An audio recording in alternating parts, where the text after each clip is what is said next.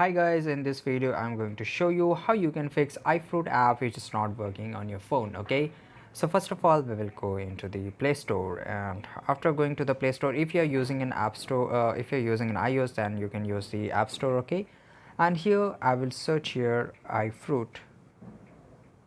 Okay, and so this is the app, and here you make sure that you are using the latest version of this app. And if you see update in the option of Play, so you have to use the update button and make sure that you update the app. Okay, so this might fix a problem, but if it doesn't, then you have to click and hold, and you have to go to the app info management, and you have to click on the first option, that is storage usage.